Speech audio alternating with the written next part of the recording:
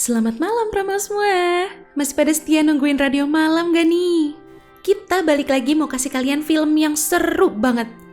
Judulnya The Flu.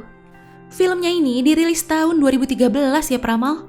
Nyeritain tentang virus mematikan yang mewabah di sebuah distrik di Korea Selatan.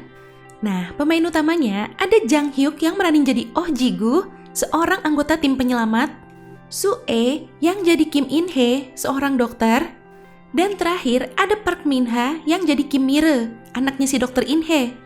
Oke, sebelum lanjut ke alur cerita lengkapnya, boleh dong klik tombol subscribe-nya dulu, gratis kok. Kalau udah, yuk langsung aja kita ke alur ceritanya. Pembukaan scene-nya ini di Hong Kong bulan April 2014. Banyak orang-orang yang mau diselundupin ke Korea. Nah, di antara mereka ada yang kelihatan sakit tuh, batuk-batuk gitu. Mana pucet banget lagi. Alur maju ke tanggal 1 Mei di distrik Bundang, Korea. Ada si Ji-gu nih, lagi kerja dia mau nyelamatin orang.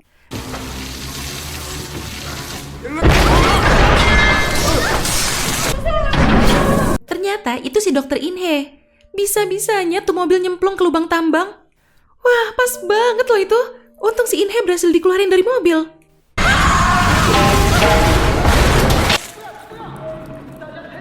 Si In-hye dibawa ke rumah sakit, takut kenapa-kenapa kan ya? Nggak lama, si In-hye nelpon ke markas tim penyelamat, nyari Ji-gu. Taunya dia mau minta tolong cariin tas dia, soalnya ada data penting di dalamnya. Tapi ya gimana, itu di luar tanggung jawab Ji-gu. Lagi pula tempatnya juga udah disegel. Scene pindah. Ini ada abang adek Byung-ki sama Byung-woo. Mereka berdua baru mau buka kontainer selundupannya. Mereka juga udah siap pakai masker tuh. Karena bakal bau banget pasti. Secara mereka kan buang air di situ juga. Pas dibuka, kok nggak ada satupun orang yang ngejawab. Taunya mereka semua udah tewas. Waduh. Ada satu tuh yang masih hidup. Namanya Monsai. Ya udah dibawa tuh. Di perjalanan mau bawa Monsai ke bos mereka, si Byung-woo tiba-tiba sakit. Mana Monsai-nya kabur lagi. Dicari-cari nggak ketemu. Ya udah, Byung-ki nganter Byung-woo ke klinik dulu. Tapi disitulah Byung-woo mulai nularin penyakitnya ke orang-orang. Oke, ini scene pindah lagi ke contagion center di Bundang. Dokter In-hye lagi kena tegur nih, gara-gara kehilangan data penting itu. Tapi taunya si Ji-gu tuh diam-diam ngambilin tasnya In-hye, dibantu sama rekannya si Kyung-up. Kyung-up buka isi tasnya, ada name tag-nya si In-hye. Baru tahu tuh dia kalau In-hye itu dokter. Terus ada yang nelpon ke HP-nya In-hye. Ternyata itu anaknya, namanya Mi-re. Ketemuan lah nih sama si Mi-re buat ngasihin tas ibunya itu. Mi-re juga sempet minta kartu namanya Ji-gu. Katanya takut ada barang yang hilang di tas itu. Sementara itu, virus mulai menyebar nih. Di bus, di sekolah, di mana-mana.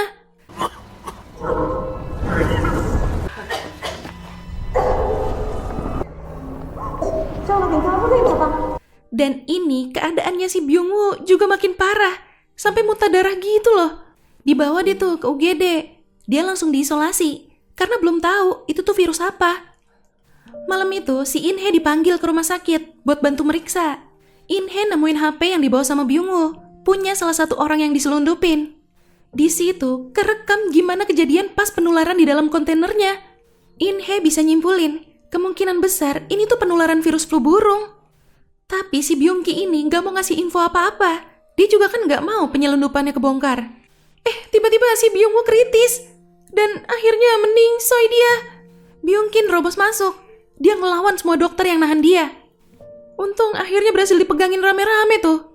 Besok harinya, Mi-re lagi nyari kucing yang biasa dia kasih makan. Duh, dia hampir ketabrak. Untungnya diselamatin sama si Monsai. Tapi si Monsai udah sakit juga tuh. Dia buru-buru ngejauh dari Mi-re, takut Mi-re ketular. Mi-re kasihan, dia ikutin tuh. Dan roti buat kucingnya itu dia kasih ke Monsai.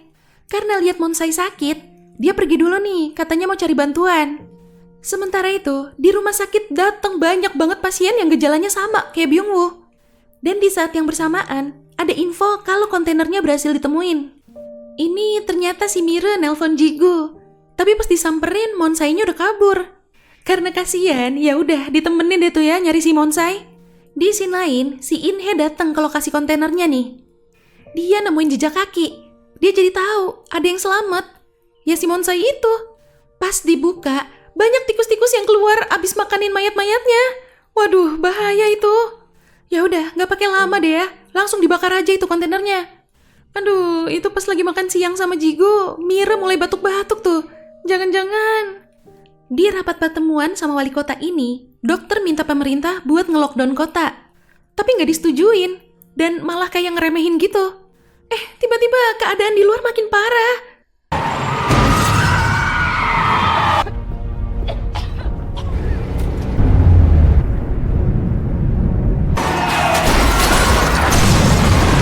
Gimana bapak-bapak? Masih nggak perlu lockdown nih? Ini pas si Jigo lagi gendong Mira yang ketiduran, dia ngeliat ada orang yang hampir jatuh dari eskalator. Dia tidurin dulu tuh si Mira di bangku. Pas selesai nolongin, tiba-tiba Miranya udah hilang. Miranya juga ternyata nyari Jigo. Bingung dia bangun-bangun kok sendirian. Sekarang pejabat sama staf peneliti mau dievakuasi ke Seoul. Tapi Inhe mau jemput Mira dulu katanya. Jigo berhasil nemuin Mira di CCTV. Dia ngasih tahu ke Inhe. Inhe juga langsung ke sana. Orang-orang juga jadi makin panik nih setelah Perdana Menteri bikin pengumuman tentang wabah ini. Nah, ini Inhe udah ketemu sama Jigo. Mereka bareng-bareng nyari Mira. Mira lagi ketakutan, kejebak di antara orang-orang yang pada panik buying di supermarket. Untung Jigo ngeliat dia, langsung digendong tuh. Supermarketnya mau ditutup.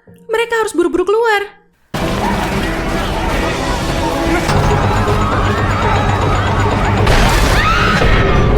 Inhe ngajak Jigo juga ke Seoul, tapi Jigo nolak. Katanya dia mau bantu ngeluarin orang-orang yang kekurung di situ. Secara dia kan anggota tim penyelamat. Nggak lama, Kyung-up datang, bawa alat buat motong besinya. Di sisi lain, Inhe sama Mira ditolak nih pas mau naik helikopter terakhir. Si Mira ketahuan batuk-batuk. Dan sekarang di berita juga udah diinfoin kalau ini udah fix virus flu burung. Di negara-negara lain juga pada kena wabah ini, termasuk di Indonesia. Karantina di Bundang juga makin diperketat. 저는 대통령으로서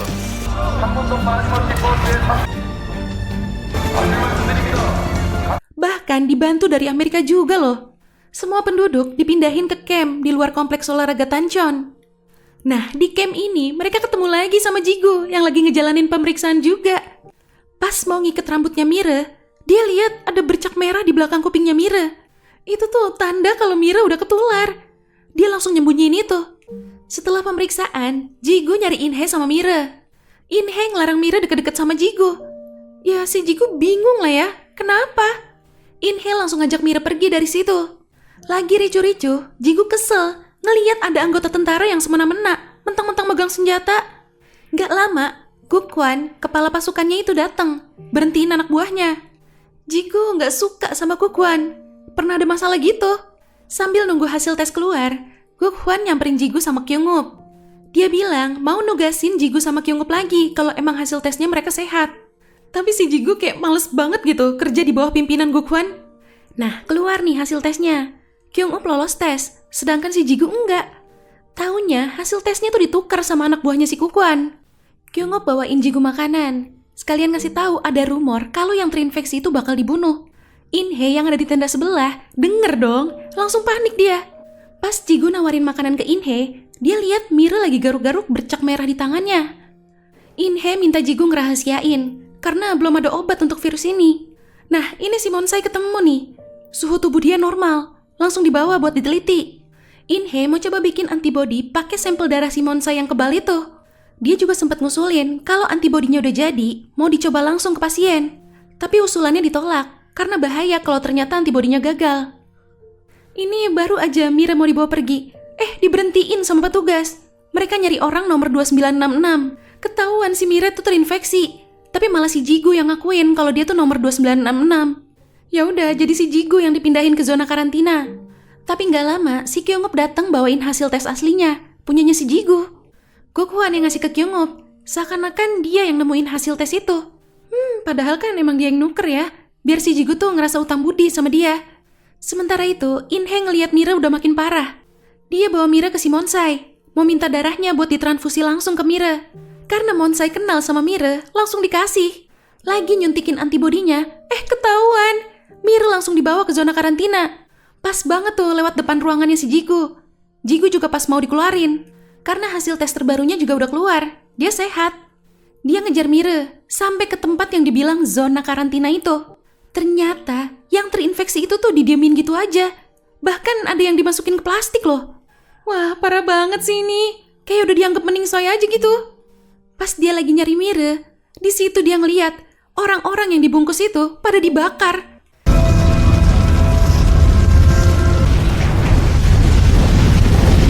Ini sadar-sadar dari obat bius, si Inhe nyari Mire. Dia ngancem tuh, kalau nggak dikasih tahu bakal dihancurin antibodinya. Dia langsung lari ke zona karantina. Sama syoknya tuh kayak si Jigu ngeliat keadaan di sana.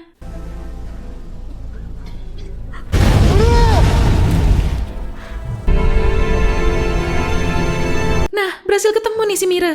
Udah dibungkus juga, tapi masih hidup. Ketahuan juga tuh si Jigu.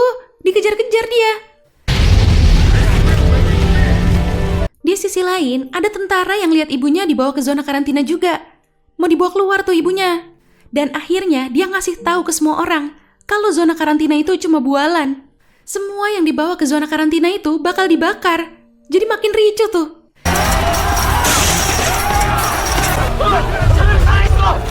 Inhe nyoba ngubungin ke walkie-talkie yang dibawa sama Mire nih.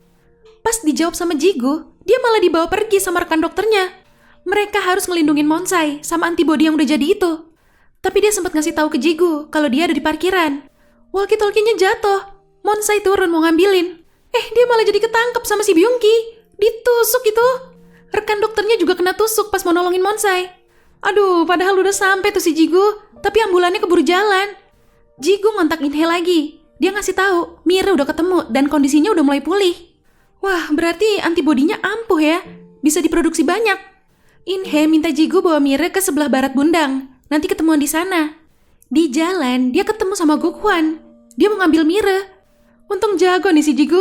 Dia juga ngebuang pistolnya si Gukwan. Sampai pagi loh ini si Jigu jalan kaki gendong si Mire. Mana si Gukwan jadi provokator lagi. Ngajak orang-orang ke Seoul buat nyebarin virus ke sana. Sementara itu, pas ambulannya sampai di Seoul, sayangnya Monsai udah keburu meninggal. Berarti antibodinya juga nggak bisa diproduksi lagi dong ya. Ya udah, sekarang si Inhe mau nyamperin Jigu sama Mire dulu nih. Blokadenya dijebol. Si Perdana Menteri ngizinin tentara buat nembakin orang-orang yang robos. Jadi makin ricu tuh, gara-gara si Gukwan nembak salah satu tentaranya. Presiden marah banget. Tanpa persetujuan dia loh itu si Perdana Menteri ngizinin nembak. Tapi si Perdana Menteri tetap ngerasa keputusannya itu yang terbaik. Ini si Mire ditaruh di tempat aman. Soalnya si Jigu mau bantuin orang-orang dulu. Inhe ngontak Jigu. Yang jawab si Mire. Seneng dia dengar suara anaknya udah sehat. Dokter Yang ngasih tahu nih ke si Presiden tentang si Mire yang udah disuntik antibodi. Presiden langsung nyuruh dokter Yang ikut sama dia. Pas banget si Inhe mau ngelewatin blokade, langsung ditahan. Presiden mau bicara sama dia. Presiden masih mau ngusahain produksi antibodi lagi dari darahnya Mire, tapi ditolak. Aduh, itu si Gukwan nggak sengaja nemuin Mire yang lagi ngumpet. Dia tahu kalau si Mire tuh udah disuntik antibodi. Mau diculik sama dia. Bener aja, pas Jigu balik, Mirenya udah nggak ada. Wah, mau diambil paksa darahnya itu si Mire. Untung si Kyunguk datang. Nggak lama, si Jigu datang juga, nyuruh Mire kabur. Sampai akhirnya, Jigu ngedorong Gukwan, dan nggak sengaja ketusuk. Tewas si Gukwan. Jigu langsung pergi nyari Mire. Mire kejebak di antara kerumunan orang. Inhe maju nih buat berhentiin orang-orang. Tapi karena dia lihat Mire, dia langsung lari nyamperin. Mirenya juga lari nyamperin ibunya. Jigu ngejar dia. Pas udah deket, si Inhe ditembak. Mire sampai nangis mohon-mohon biar tentaranya berhenti nembak. Semua orang langsung ngelindungin mereka bertiga.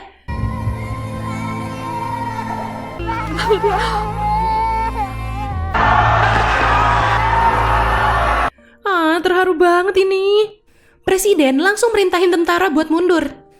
Tapi si Snyder yang dari Amerika ini ternyata udah merintahin serangan kedua pakai pesawat tempur Amerika. Jigu lihat ada CCTV. Dia coba ngasih tahu kalau Mire udah sehat setelah dikasih antibodi. Presiden langsung ngubungin Menteri Pertahanan. Dia minta disiapin misil anti serangan udara buat ngejatuhin semua pesawat tempur yang kelihatan mau nyerang. Kalah tuh si Snyder. Dia akhirnya ngebatalin misi pesawat tempurnya. Tapi dia mau ngelaporin Presiden Korea ke PBB. Kata Pak Presiden, ya kalau emang Mire nggak punya antibodi, dia bakal tanggung jawab penuh. Di akhir scene, semua orang dikirimin bantuan. Kyungop juga berhasil diselamatin tuh. Dan gak lama, Mira dijemput. Mau diambil darahnya buat produksi antibody lagi. Ya, itu tadi alur cerita dari film The Flu. Ngeri banget sih kalau masalah wabah penyakit kayak gini. Jangan sampai ada lagi deh ya. Oke Pramal, jangan lupa ya follow Instagram kita @radiomalam.id. Sampai jumpa di ulasan alur cerita selanjutnya. Selamat malam.